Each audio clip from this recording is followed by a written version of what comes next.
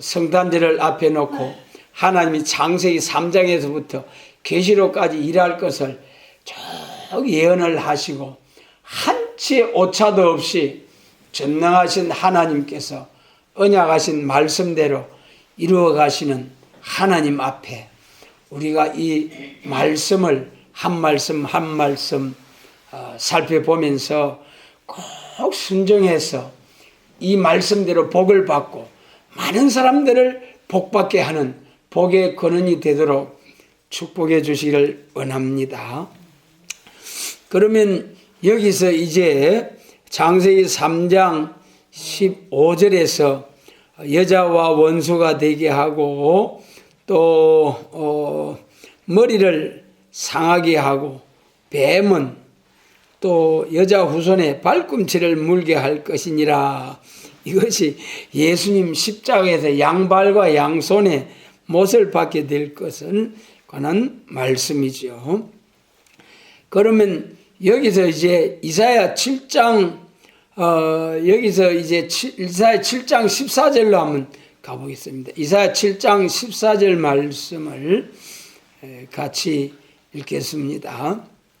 이사야 7장 14절 말씀을 같이 읽습니다. 그러므로 주께서 친히 징조로 너희에게 주실 것이라. 보라, 처녀가 잉태하여 아들을 낳을 것이요 그 이름을 임마누엘이라 하리라. 이 말씀이 여자의 후손이라고 한 남편 없는 여자의 후손이 뱀의 머리를 까부순다. 그 말씀이죠. 곧 예수님의 탄생을 예언하신 거죠. 처녀가 잉태하여 아들을 낳을 것이요 이름을 임마누엘이라 하리라. 참 여러분 과학적으로 도저히 이해할 수 없는 이루어질 수 없는 일이죠. 그러니까 믿지를 못하는 사람들이 많죠. 그러나 하나님의 택한 백성으로서 하나님의 성령의 역사를 은혜를 받으면은 아멘 할렐루야 처녀가 아들 낳을 줄도 믿고 또 지렁이 같은 야곱 보잘것없는 사람들이 참으로 무시와 멸시를 당하고 완전히 소시에 버린 아내와 같이 망할 수밖에 없는 것 같은 그런 사람을 통해서 하나님께서 세계 통일 그리스도의 왕국을 이루신다는 말씀. 여러분 열국 중에 우승한 사람은 그래서 사람이 많이 따르는 사람들은 하나님이 심판해버린다고 했잖아요. 망하게 한다 했잖아요. 아버지 6장에서 열국 중에 우승한 자는 심판을 내릴 것이고 그 다음에 이제 아버지 7장에서 아이고 막 불러서 확 살라버리고 또 황충대가 와서 확 먹어버리고 이런 재앙과 저주가 임할 때 다른 게 없어요. 다른 게 없어. 아이고 아버지 야곱이 미약하니 어떻게 서리가. 그러니까 황충대도 싹 물리쳐 주시고 불의 심판의 재앙도 싹 물리쳐 주시겠다는 약속의 말씀 하나님 할렐루야 감사를 드립니다.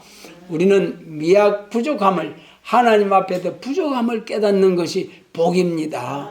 그래서 예수님께서도 마음이 가난한 자가 복이 있다 그러셨잖아요. 심령이 가난한 자는 복이 있나니.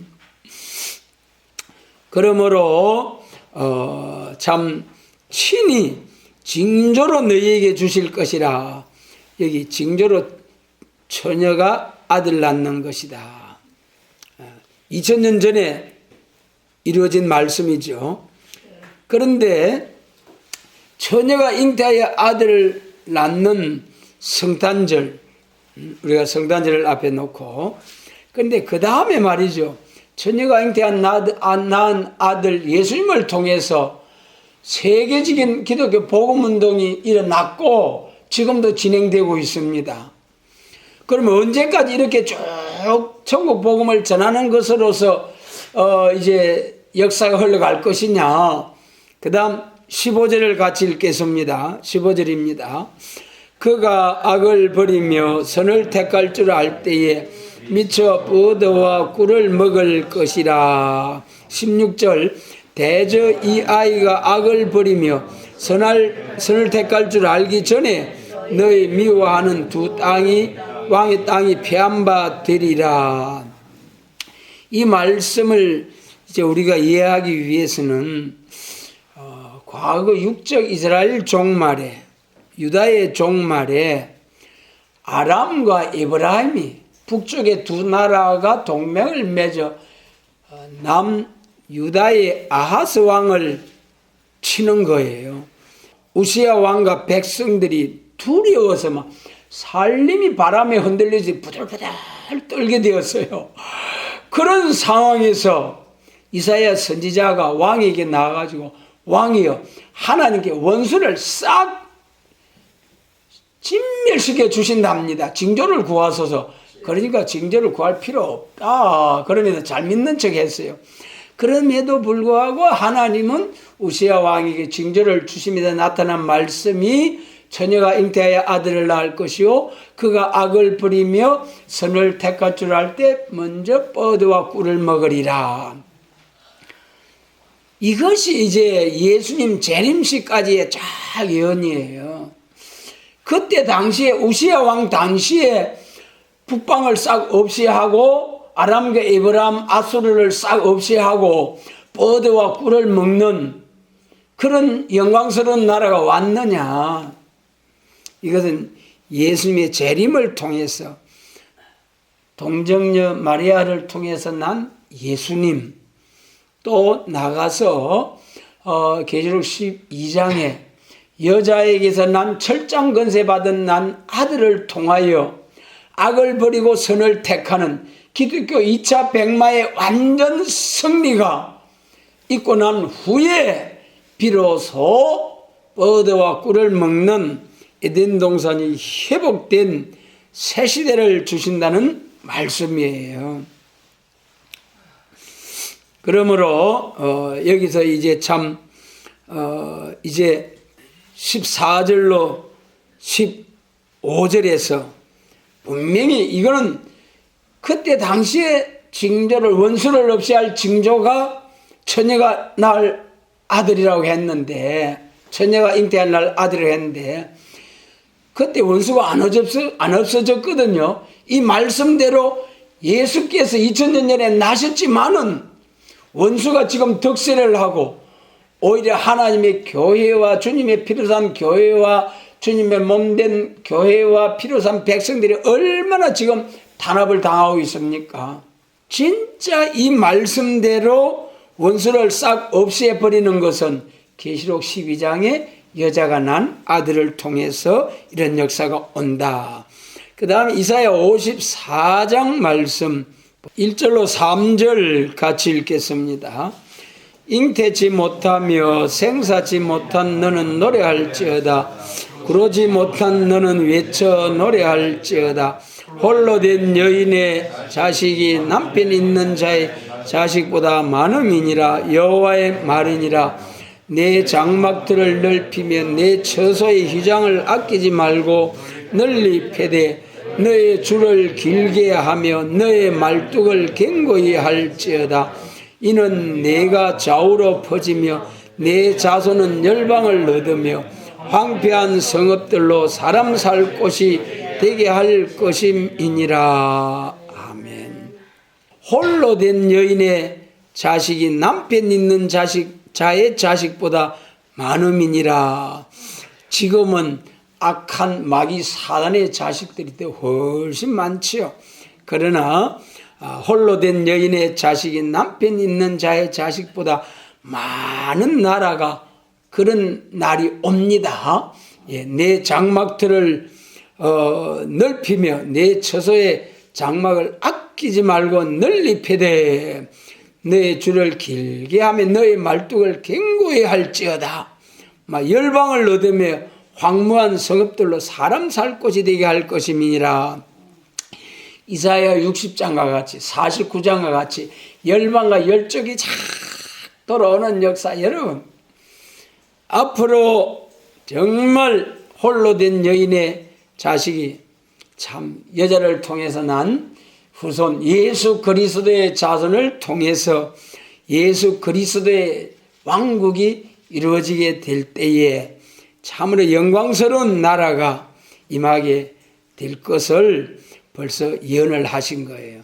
그러니까 창세기 3장에서 예언한 것이 창세기 9장에서 노아 방주 사건을 통해서 셈의 장막에서 하나님의 영광이 나타난다.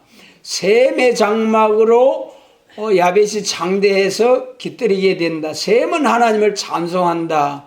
그 예언이 나왔고요. 그것이 조금 더 구체화되기 위해서 창세기 12장에서 셈의 자손인 아브라함을 부르시고 이제 언약을 세운 거예요. 그러니 창세기 9장에서는 셈은 하나님을 찬송하리로다. 그것이 예수님 재림하실 때까지 언약입니다. 예수님 재림하실 때 셈의 자손 중에서 셈의 장막 중에서 셈의 자손들을 통해서 만일의 세계통일 그리스도 왕국을 이루어진다는 예언이 창세기 9장이고요. 그것이 성취되는데 그 예언을 좀 구체화시킨 것이 창세기 12장 셈의 자손 아브라함을 불러서 천한 만민을 내 자손을 통해서 복받게 하고 내 자손은 너는 복의 근원이 될지라 그랬어요. 이 아브라함을 통해서 두 언약을 주지요. 15장에서 민족적인 언약, 22장에서 세계적인 언약. 민족적인 언약을 통해서 요셉 때 애굽에 내려가가지고 모세 때에 출애굽해서 가나안에 정착을 해서 다윗의 왕국, 민족 종교를 이룸으로써 예수님이 초림주로 오시기까지 창세기 15장 아브라함의 언약이 다 성취가 된 것이죠. 그게 율법시대 민족 종교입니다.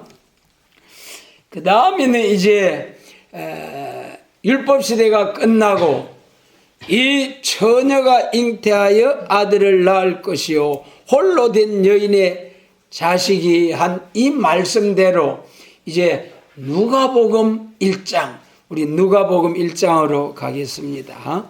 27절로 31절을 같이 읽겠습니다. 다윗의 자손 요셉이라 하는 사람과 정혼한 처녀에게 이르니 그 처녀의 이름은 마리아라. 그에게 들어가 가로되 은혜를 받은 자여 평안할지어다. 주께서 너와 함께 하시도다 하니 처녀가 그 말을 듣고 놀라 이런 인사가 어찌함인고 생각하며 천사가 일러 가로되 마리아여 무서워 말라. 네가 하나님께 은혜를 얻었느니라. 보라 처녀가 잉태하여 아들을 낳으리니 그 이름을 예수라 하라. 창세기 3장 15절에 여자의 후손이 여기서 이제 비로 탄생하게 됩니다. 구약시대는 이렇게 다 여자의 후손을 통해 나게 될 것이라는 예언을 하셨고, 문자적으로 이 성취가 되는 것이 여기 이제 천사가 정한 때가 되니까 하나님이 천사를 마리아에게 보내가지고, 그때도 많은 사람들이 있었지 않겠어요? 그 중에 하나님이 딱 보실 때에 참 거룩한 마리아에게 이 천사를 보내서 하나님의 뜻을 이루시기 위하여 역사하시게 됩니다. 그래 마리아가 깜짝 놀라잖아요. 아니 뭐 이런 인사가 다 있노? 은혜를 받은 자여 평안할지어다. 주께서 너와 함께 하시도다 하니 참 기쁘기도 하겠지만은 뭐 이런 사람이 이런 인간이 있노? 그렇게 놀란 거예요. 그런데 이제 32절로부터 이제 33절까지 쭉 천사가 말씀해 주시는 거예요. 한번 같이 읽고 우리도 이 복을 받읍시다. 32절로 33절. 저가 큰 자가 되고 지극히 높으신 이의 아들이라 일컬을 것이요 주 하나님께서 그 조상 다윗의 위를 저에게 주시리니 영원히 야곱 집의 왕 노릇하실 것이며 그 나라가 무궁하리라. 이 마리아를 통해서 날 아들에 대해서 쭉 천사가 설명하니까 너무 막 큰 자가 되고 이 32절 이 말씀이 너무 엄청난 말씀입니다. 예. 그럼 다음 또 기회가 있으면 말씀드리고요. 그래 어쨌든 큰 왕이 될 기다. 너를 통해서 난 아들이. 그러니까 이 뭐 놀랍기도 한데 그 다음에 34절 이제 5절로 34절로 36절 같이 읽습니다. 마리아가 천사에게 말하되 나는 사내를 알지 못하니 어찌 이 일이 있으리까. 천사가 대답하여 가로되 성령이 내게 임하시고 지극히 높으신 이의 능력이 너를 덮으시리니 이러므로 나실 바 거룩한 자는 하나님의 아들이라 일컬으리라. 보라 내 친족 엘리사벳도 늙어서 아들을 배었느니라. 본래 수태하지 못한다 하던 이가 이미 6달이 되었었나니 대저 하나님의 모든 말씀은 넘지 못하심이 없느니라. 이렇게 차근차근히 천사가 깨우쳐 주시는 역사, 오늘 우리들에게도 천사의 인도를 받고 그 마태복음 1장하고 2장 누가복음 2장 예수님 탄생에부터 애굽으로 내려가서 다시 갈릴리에 올라오기까지 그때그때마다 천사가 딱 나타나 가르쳐 주잖아요. 그러니까 여러분 우리의 가는 길에도 우리의 삶에도 날마다 주의 천사 주의 성령님의 인도하심을 받고 성령님의 인도하심을 받아야 되겠다는 그런 생각으로 우리가 살아야 됩니다. 그리고 여기 36절에 마리아가 잘 못 믿는 거예요. 나는 사내를 알지 못하니 어찌 이런 일이 있을 수 있습니까? 그러니까 35절에서 하나님의 권능으로 전능하신 하나님 천녀를 마리아도 그런 게 과학적으로 이때까지만 해도 과학적으로 아이고 남편과 아내가 있어야 자식이 나지 남편 없이 어떻게 자식이 납니까? 그렇게 이제 영적 지식이 아닌 사람의 지식, 혼의 지식으로 그리 아는 거죠. 그러니까 천사가 성령이 내게 임하시고 지극히 높으신 이의 능력이 너를 덮으시리니 하나님의 전능하신 하나님의 능력이 임한다는 거죠. 그러면서 내 친족 엘리사벳도 늙어서 아들을 배었느니라. 여기 앞에 부분에 보면은 그 세례 요한이 잉태하는 과정 하나님이 일하신다. 그러니까 이제 마리아가 대답합니다. 38절 마리아가 같이 읽습니다. 마리아가 가로되 주의 계집 종이오니 말씀대로 내게 이루어지다 하매 천사가 떠나가니라. 이 말씀이 참 중요한 거예요.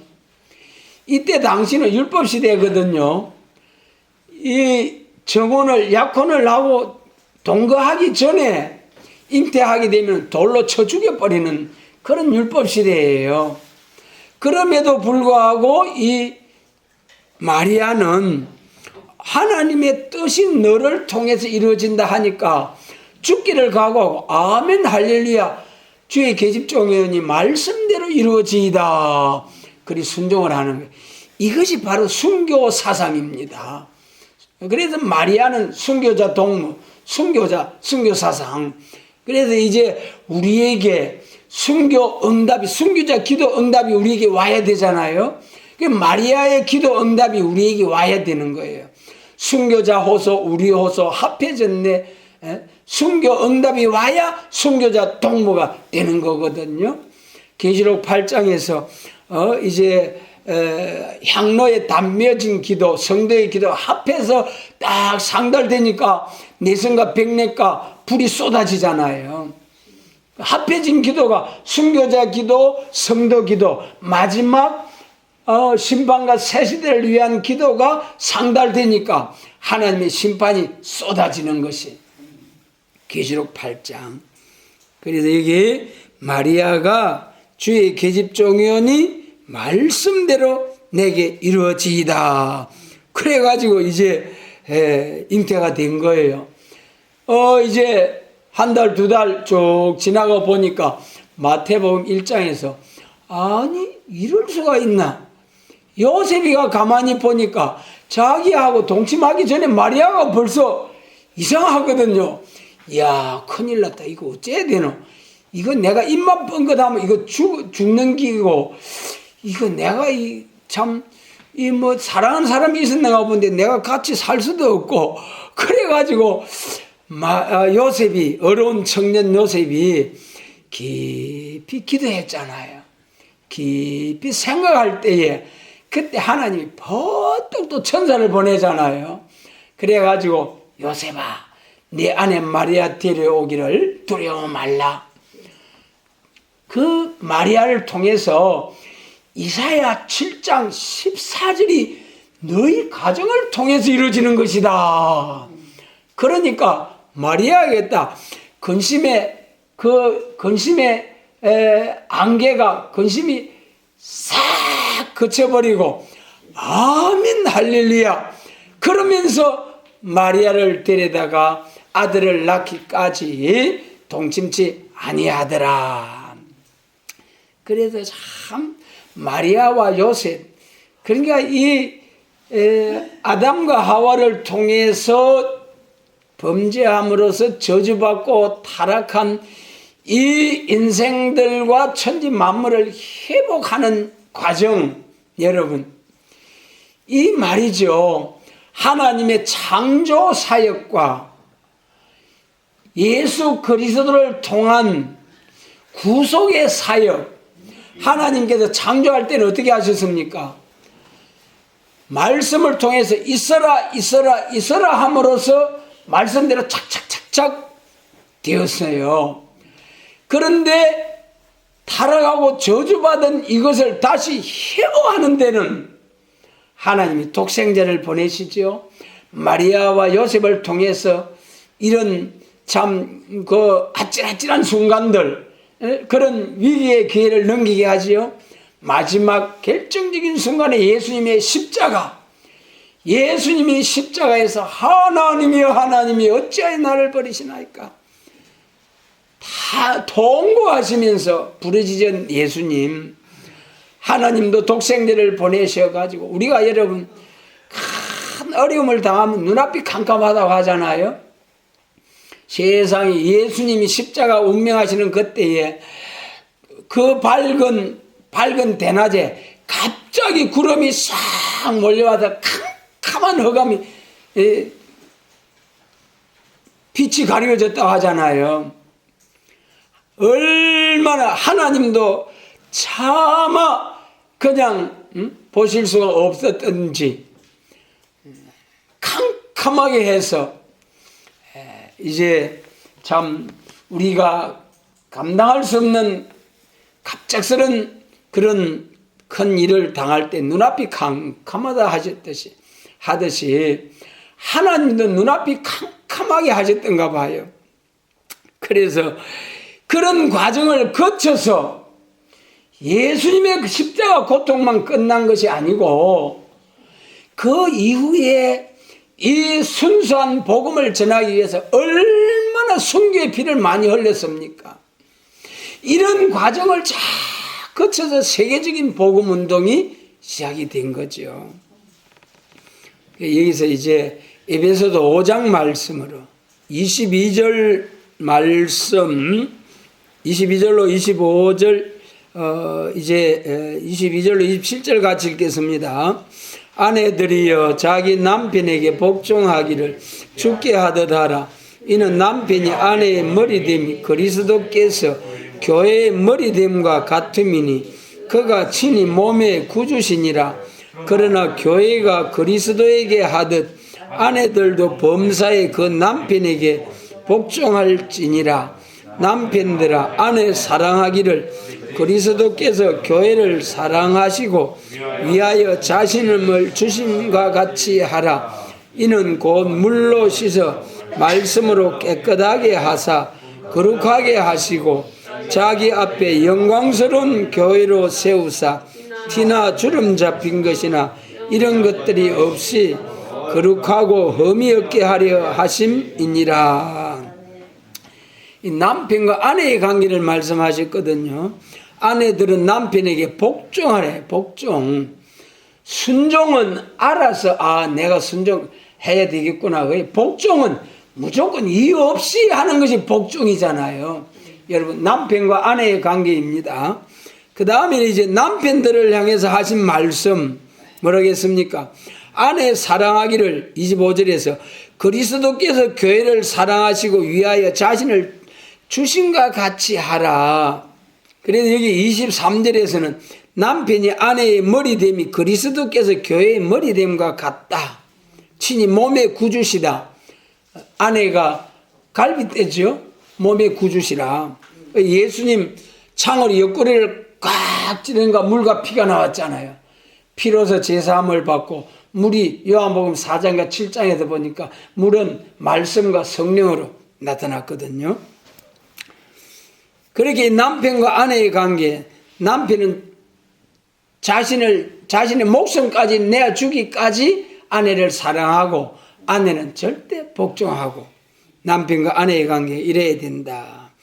그렇게 함으로써 영광스러운 교회로 세워진다. 29절로 32절까지 같이 읽습니다. 누구든지 언제든지 제 육체를 미워하지 않고 오직 양육하여 보호하기를 그리스도께서 교회를 보호함과 같이 하나니 우리는 그 몸의 지체임이니라. 이러므로 사람이 부르심을 떠나 그 아내와 합하여 그 둘이 한 육체가 될지니 이 비밀이 크도다. 내가 그리스도와 교회에 대하여 말하노라. 그리스도와 교회, 남편과 아내, 창세기 2장에서 갈빗대를 아담을 잠들게 해서 갈빗대를 취하여 거기서 아내 하와가 나왔습니다. 남편 예수님이 십자가에 죽으시고 무덤에 내려가셔서 옆구리에 창을 받으시고 죽으시고 무덤에 내려가셔서 잠들었다가 부활하심으로 통해서 교회가 나오게 된 거죠. 교회가 나오게 된 거죠. 그러므로 이 남편과 아내는 아담과 하와, 로마서 5장에서 아담은 오실 자의 표상이다 그랬어요. 아담과 하와는 예수님과 교회의 표상이다. 그러므로 이 비밀이 크도다. 남편과 아내에 대해서 말씀하시면서 그리스도와 교회의 관계다. 남편과 아내의 관계는 그리스도와 교회의 관계다. 그래, 아내는 남편에게 절대 복종. 우리가 주님께 절대 복종해야지. 교회가 주님께 절대 복종하지 않으면 그건 교회가 아니에요. 주님의 교회가 아니에요. 그러므로 우리 교회는 절대 주님께만 복종을 해야 되고, 우리 주님이 우리를 위해서 희생의 십자가 져 주셨다. 이제 죽어 주셨다. 다음 33절 같이 읽습니다. 그러나 너희도 각각 자기의 아내 사랑이를 자기같이 하고 아내도 그 남편을 경외하라. 그러니까 남편과 아내의 관계가 참 중요해요. 어찌 보면은 남편이 좀 모자란 가정도 있고 아내가 좀 모자란 가정도 있고요. 그래요. 그래도 그 누가 짝지어 줬다고 했습니까? 하나님이 짝지어 주신 것을 사람이 나누지 못하리라. 좀 부족해도 넘쳐도 이 하나님이 짝지어 주신 거예요. 그러니까 서로 사랑하고 경외심을 가지고 살아라. 그렇게 말씀하신 거죠. 그러면은 이제 이 창세기 3장 15절에서 여자의 후손이 뱀의 머리를 까부순다는 이 말씀, 우리가 계시록 12장 말씀 한번 보겠습니다. 계시록 12장 5절 말씀입니다. 계시록 12장 5절 말씀으로 같이 읽겠습니다. 여자가 아들을 낳으니 이는 장차 철장으로 만국을 다스릴 남자라. 그 아이를 하나님 앞과 그 보좌 앞으로 올려가더라. 아멘. 여자가 아들을 낳으니, 여자가 아들을 낳죠. 이 여자가 남편 없는 여자가 아들 낳는 거예요. 이것이 교묘하게 오늘 말씀을 변질시키는 이 종자들이 말이죠. 이 처녀가 잉태하여 아들을 낳을 것이요.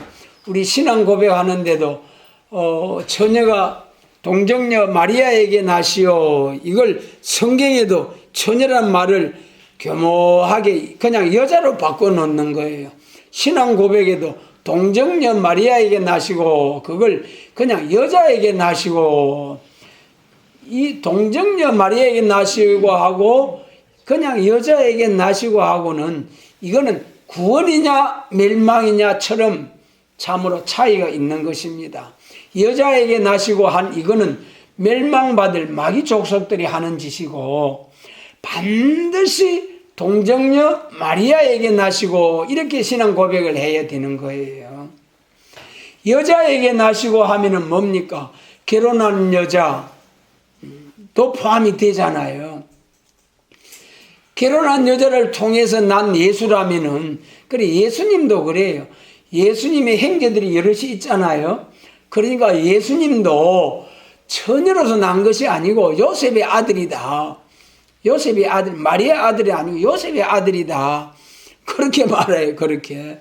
그러면은 구주가 될 수 없는 거예요. 예. 의인은 없나니 하나도 없다고 했기 때문에 우리들은 전부 다 죽어도 자기 죄값으로 죽는 것이지, 그렇기 때문에 완전히 죄와 상관없으신 그런 사람이 다른 사람의 죄를 위하여 대신 죽어줘야 대속의 제물이 될 수 있는 거지. 자기도 원죄 아래에서 태어나서 죄인인데 또 살아가면서 자범죄로 원죄와 자범죄로 완전히 영과 육이 죽을 수밖에 없는 사람인데 어찌 다른 사람을 죄를 용서해서 천국으로 보낼 수 있는 구주가 될 수 있느냐 그 말이에요. 천하에 그런 사람은 구원을 얻을 만한 다른 이름을 주신 일이 없어요. 네, 그렇기 때문에 교묘하게 예수님 재림하실 때는 계율자들이 나와서 계시록 11장 13장 11절에 뭐라 했습니까? 새끼 양같이 두 뿔이 있고 용처럼 말하는 거짓 선지가 나온다 했잖아요.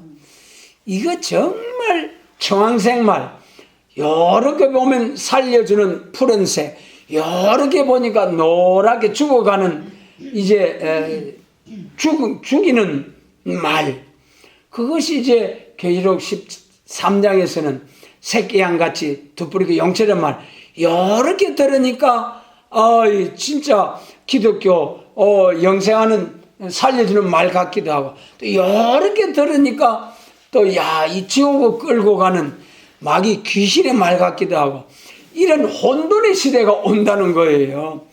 그것이 바빌론이에요.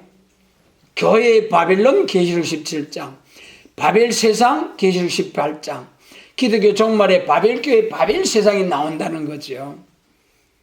이러한 때에 잘 분별할 수 있는 정말 얼굴에 해와 같이 빛나는 종, 학자예요. 학자의 길을 받아가지고 가감없이 대언의 영어로 진리의 말씀만 선포할 수 있는 종, 이런 종들이 인도하는 교회, 그러한 교회에서, 그러한 여자가 된 교회에서 5절과 같은 아들을 낳는 거예요.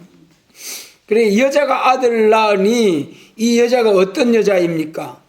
1절에 보니까 해를 입은 여자예요. 해를 입은 여자. 해를 입었다는 건 뭡니까? 이걸 문자적으로 해석하려고 뭐 해석이 어리석은 일이죠. 해를 입었다는 것은 시편에서 하나님의 말씀은 해요 그랬잖아요.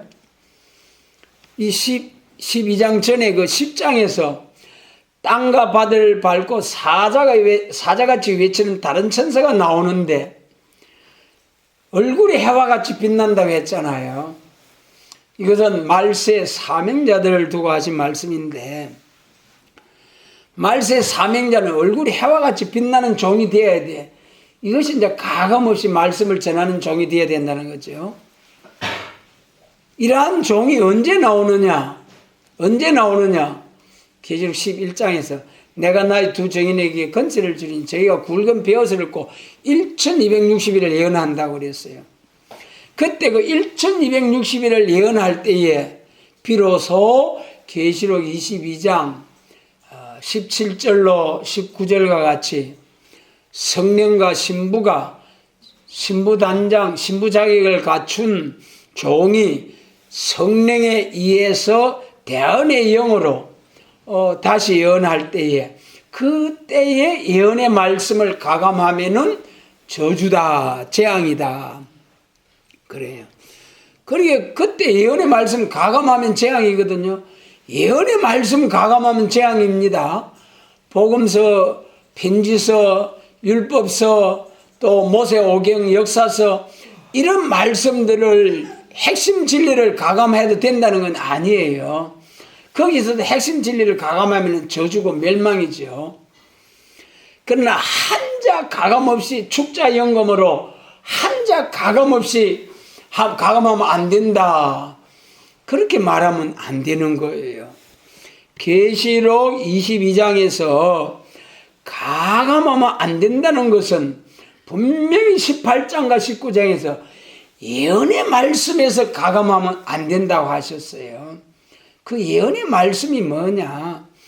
우리 로마서 12장, 고린도전서 12장 은사 예언이 있고 계시록 10장 7절에서 하나님의 종들에게 하나님의 비밀이 그 종 선지자들에게 전하신 복음, 다시 예언할 복음, 선지자들에게 전할 복음, 그것을 다시 예언하면 그 예언의 말씀을 가감하면 재앙이라는 거예요. 그러니까 여러분 이제 7년 환란 전 3년 반 기간 동안에 계시록과 선지서 말씀 이걸 가감하면 진짜 저주 멸망받습니다. 아직까지는 그런 시기가 오기 전이기 때문에 뭐 가감이 없을 수가 없어요. 가감을 하면 안 된다는 걸 알고 가감을 안 하려고 애를 쓰고 이 시간 주일 예배가 끝나고 나면은 다음 주일 예배를 위해서 제목을 딱 묵상하면서 한 주간 내내 묵상하면서 준비를 해요. 그래도 이것도 이 영상 올리려고 편집하다 보면은 고쳐야 할 것들이 너무 많아요. 그런 걸 보면은 참 한심하고 한심해요. 그러나 약속하신 말씀대로 계시록 22장 17절의 순간이 딱 오면은 그때는 가감없이 얼굴이 해와 같이 환히 빛나서 그런 종이 받들어 섬기는 교회가 12장 1절 해를 입은 여자 교회라는 거예요.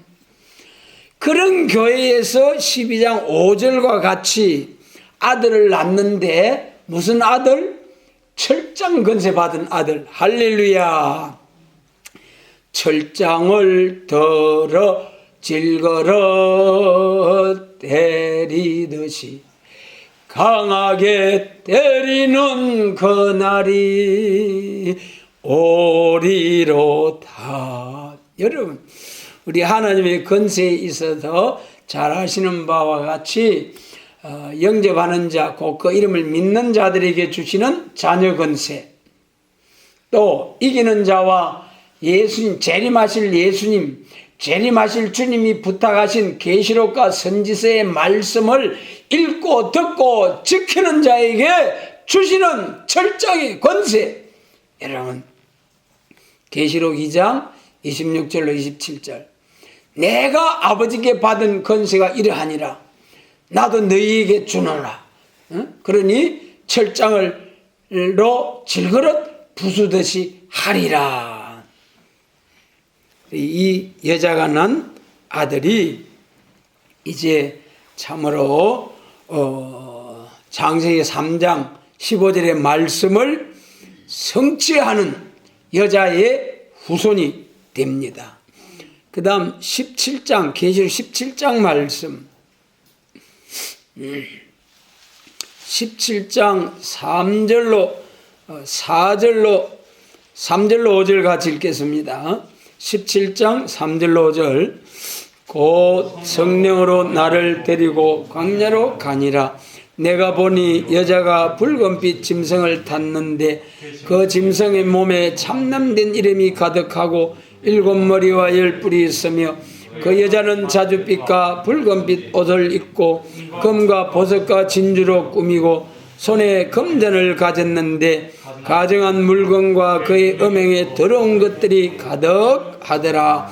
그 이마에 이름이 기록되었으니 비밀이라 큰 바빌론이라 땅의 음녀들과 가증한 것들의 음이라 하였더라. 이 음녀의 비밀이거든요. 음녀의 비밀. 이 음녀에 대해서 쭉 설명을 하고 이마에 이름인데 비밀이라 큰 바빌론이라. 그런데 붉은빛 짐승을 탔다고 했잖아요. 그런데 이 나중에 어떻게 됩니까? 이제 16절 같이 읽습니다. 16절 같이 읽습니다. 내가 본 바 이 10뿔과 짐승이 음녀를 미워하여 망하게 하고 벌거벗게 하고 그 살을 먹고 불로 아주 사르리라. 앞에 3절로 5절 붉은빛 짐승에 태워져 가지고 호강했죠. 음녀가 잠깐 동안. 이 음녀라는 것은 우리 여자는 교회라고 했잖아요. 우리 교회가 예수님 한 분만 사모하고 예수님 신랑만 사모해야 되는데 세상도 좋고 교회도 좋고 세상도 좋고 하나님도 좋고 이게 음녀예요. 이게 음녀. 공산주의 다 같이 공평하게 나눠가지고 잘 먹고 잘 살게 해서 지금 말이죠. 지금 기계로 가지고 과학 발전 시대가 와가지고 보답만 눌리면 먹는 것부터 해서 질병 치료는 전부 다 과학 발전을 통해서 다 하고 사람 일 안 해도 돼요. 일 안 해도 돼요. 그런 시대가 앞으로 옵니다. 그래가지고 다 같이 공평하게 잘 먹고 잘 살게 해준다. 이 공산주의 사회주의가 얼마나 참 입에 꿀떡 같죠, 여러분. 그래가지고 공산주의 사회주의 좋다고 오늘날 우리나라도 얼마나 새빨개져 가고 있잖아요. 새빨개 가고 있는 청와대, 국회, 교육계, 노동계, 경제계 어느 하나 우리나라가 참 자유민주주의를 향하여 나가고자 하는 이런 정부 단체나 이런 게 사회단체나 교회에서는 이거 사회주의 공산주의 되면은 좋은 것 같으나 선악과에 불과하다. 까부사에 싸워야 된다. 이런 교회들이 들어있지만은 그래도 말이죠.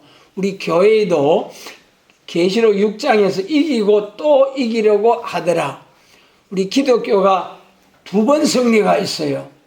2번 승리. 그래서 첫 번째 승리 기독교로는 절대로 종말의 마지막 최후의 선악 대중전에서 승리할 수가 없는 거예요. 죽어 천당 가는 교회로서는. 그러니까 기독교 2차 백마 또 이기려고 하더라. 이 여자가 낳은 철장것에 받은 아들을 통해서 최후의 승리를 하게 됩니다. 그래서 이 음녀 바벨교회는 이제 바벨교회가 언제 딱 나눠지게 됩니까? 우리 누가복음 3장에서 예수님에 대한 세례 요한이 소개하면서 그 막 세례 받으러 나오니까 책망을 하면서 하신 말씀이 알곡과 쭉쟁이 갈라놔서 심판한다. 그리 세례 요한께서 예언을 했잖아요. 그 말씀대로 예수님 재림하실 때는 알곡과 쭉정이 추수 때는 갈라놓는 역사예요. 언제 갈라놓습니까? 1300년반에 갈라놓은 1300년. 그때 순건등대 촛대교회와 바벨교회가 딱 나눠지는 거예요. 지금은 여러 교파, 수백여 교파가 있지만 앞으로는 알곡 모으는 순건등대 촛대교회냐, 쭉정이 모으는 바벨교회냐, 계시록 12장의 교회냐, 계시록 17장의 교회냐, 두 길밖에 없어요. 그래서 이 음력교회는 공산주의, 사회주의 좋다고 이제 기뻐 뛰고 춤추고 노래하다가 결국은 어떻게 됩니까? 그 짐승에게 이렇게 불사름을 당하고 아주 이용만 당하고 죽임을 당하잖아요. 실컷 바벨교회가 실컷 짐승 거짓선지 공산당 앞제비 노릇하다가 이렇게 비참하게 여기서 짐승의 불사름을 당하는, 이거는 아무것도 아니에요. 나중에 영원한 불못으로 쳐들어가 버리잖아요. 그러나 계시록 12장에 여자가 낳은 후손 철장건세 받은 아들, 우리 계시록 19장으로 가겠습니다. 11절로 14절을 같이 읽겠습니다. 또 내가 하늘이 열린 것을 보니 보라, 백마와 탄자가 있으니 그 이름은 충신과 진실이라. 그가 공의로 심판하며 싸우더라. 그 눈이 불꽃 같고 그 머리에 많은 면류관이 있고 또 이름 쓴 것이 하나가 있으니 자기밖에 아는 자가 없고 또 그가 피 뿌린 옷을 입었는데 그 이름은 하나님의 말씀이라 칭하더라. 하늘에 있는 군대들이 희고 깨끗한 세마포를 입고 백마를 타고 그를 따르더라. 할렐루야. 여러분, 이제 인류 역사 6000년 마무리하는 시기가 이때입니다. 그래도 이 계시록 6장에서 백마가 두 번째 이긴다고 한 것이 거기 서론 목록적으로 말씀하시는데 여기서 이제 결론으로 딱 최후의 승리. 이 예수님이 지상 강림하시는 거예요. 지상 강림하시고 또 그 뒤에 하늘에 있는 군대들이 희고 깨끗한 세마포를 입고 백마를 타고 그를 따르더라. 지상 강림할 때. 이것이 계시록 14장에서 이제 시온산에 어린 양의 이름과 아버지의 쓴 것이 이름이 있는 백마탄 군대들이 예수님과 함께 시온산에 14만 4천이 함께 예수님과 함께 시온산에 섰더라. 같은 군대. 그 이제 계시록 14장부터 19장까지가 14장을 다시 해석한 거예요. 14장의 제목이 지상 강림이거든요. 그러니 14장으로부터 15장에서 19장까지가 지상 강림하는 그 과정을 다시 세밀하게 보여준 겁니다. 그러므로 여기서 이제 예수님과 함께 이 백마탄 군대가 쫙 내려오잖아요. 이때 이제 아마겟돈 전쟁. 이 짐승의 세력이 아까 계시록 17장의 음녀를 불사는 그것이 아마겟돈 전쟁이거든요. 3년 전에 저것들이 죽었다가 구름 타고 올라가더만 저기 또 내려온다. 저것 때문에 우리가 고생 실컷 했네. 저거 죽여버려야지. 그래가지고 공중에 있는 핵무기 또 바다에 있는 핵무기 땅에 있는 거 전부 다 쏘아가지고 이 영체가 돼서 지상 강림하는 예수님과 베나성도 이걸 확 불살라 버리려고 전부 다 폭발시켜버려요. 그런데 영체가 죽습니까? 안 죽습니까? 안 죽고 말고요. 그래가지고 멸망의 비로 소재하듯이 싹 아마겟돈 전쟁으로 이 땅의 악인들을 소멸돼버리는 거예요. 그 다음 19절로 21절 같이 읽습니다. 또 내가 봄에 짐승과 땅의 임금들과 그 군대들이 모여 그 말탄자와 그의 군대로 더불어 전쟁을 일으키다가 짐승이 잡히고 그 앞에서 이적을 행하던 거짓 선지자도 함께 잡혔으니 이는 짐승의 표를 받고 그의 우상에게 경배하던 자들을 이적으로 미혹하던 자라. 이 둘이 산채로 유황 불붙는 못에 던지우고 그 나머지 말 탄 자의 입으로 나오는 금의 죽음에 모든 새가 그 고기로 배불리우더라. 여기 이제 백마탄 예수님과 입맞은 종 기독교 2차 백마가 마지막 소탕 작전을 하는 거예요. 18장에서 확 세상을 불살라 버리고 자기들만 살 것이라고 땅굴 지하 궁전, 바다 궁전, 저 우주 정거장에서 자기들만 살 기라고 다 그래 숨어 있던 자들, 이 소탕 작전 하는 것이 이 19절로 20절이에요. 그래 이렇게 깨끗이 이제 여자의 후손, 기독교 2차 백마, 계시록 12장 5절이죠. 계시록 12장 5절에서 여자의 후손이 뱀의 머리를 까부수고 승리하게 된다. 그 말씀이 이 말씀에서 이제 완전히 성취가 됩니다. 완전히 성취가 되고 계시록 20장에서 이제는 사람을 미혹해 하던 마귀 사단을 잡아서 1000년 동안 가두어 버리고 천년왕국이 계시록 20장 4절로 6절까지 이제 이사야 35장 또 이사야 65장 막 이런 데서 새하늘과 새 땅이 쫙 펼쳐지면서 에덴 동산이 회복된 영광스러운 새 시대가 온다. 이것이 창세기 3장에서 사람이 범죄했을 때 하나님이 쫙 앞으로 될 일을 딱 한 말씀 15절에서 말씀하셨는데 그것이 자세히 해석되어지고 거쳐서 오늘날까지 왔어요. 앞으로도 더 가야 됩니다. 그리고 이 계시록 20장까지 왔을 때에 에덴 동산은 회복되고 거기서 이제 창세기 1장 28절 생육, 번성, 충만, 정복하라 1000년 동안 그 말씀 그대로 이루어지는 거예요. 그래서 천국에서 사람의 수가 다 완전 차게 되면은 그때 이제 1000년 동안 차게 되고 1000년이 참에 처음 하늘과 처음 땅이 없어지고 새 하늘과 새 땅 무궁 안식 천국으로 쫙 가게 됩니다. 할렐루야. 우리 성탄절을 앞에 놓고 처녀가 잉타하여 아들을 낳으리니 이름을 임마누엘이라 하리라. 예수님 탄생이 이 엄청난 하나님의 뜻을 성취하기 위해서 이제 하늘 영광 버리고 이 땅에 오신 예수님의 성탄절을 우리 기념함과 동시에 하나님의 원대한 계획을 우리가 분명히 알고 이제는 기뻐다 구주 오셨네. 오신 예수님을 기뻐하는 것도 귀한 일입니다만은 영광 중에 천사장의 호령과 나팔로 치니 강림하실 신랑주로 오실 주님을 신부로서 영접할 수 있는 이러한 성도로 세움을 받도록 신앙 준비 잘 할 수 있는 우리가 되도록 도와주시기를 원합니다.